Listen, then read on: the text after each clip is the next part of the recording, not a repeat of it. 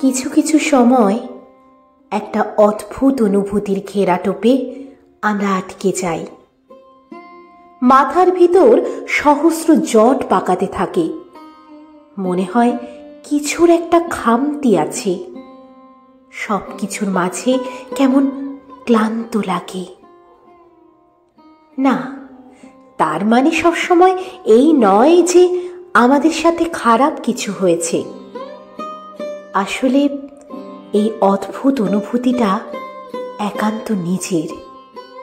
সব কিছুই ঠিক আছে, তবু কোথাও যেন কিছুই ঠিক নেই।